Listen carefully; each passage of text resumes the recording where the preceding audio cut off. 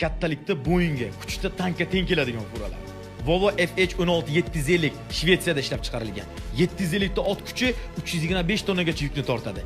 Yagona trak bo'lib, aerodinamika, tezlik, og'ir yukka moslashuvni shu darajada birlashtirgan. Kabinasi biznes klass kabi 0 dan 100 gacha 25 tonna yuk bilan 35 soniyada chiqadi. Narx hozirgi kunda $180,000 dan $220,000gacha. Xo'p, bu trakdan kimlar foydalanadi? Yevropadagi yirik logistika kompaniyalari. Eng qizig'i, bu trak kuchi bilan Alp tog'larini ham ortda qoldiradi. Mercedes-Benz Actros SLT og'ir sanoat yulduzi Germaniyada ishlab chiqarilgan. 625 ta ot kuchi 250 tonnagacha tortadi. Aqliy xavfsizlik tizimi, avtomatik tormoz, palasa ushlash, lidar. Ichki qulayligi oyoq massajidan tortib to yotoqgacha mavjud.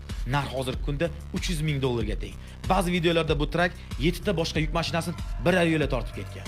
Scania R770 V8 770 ta ot kuchi.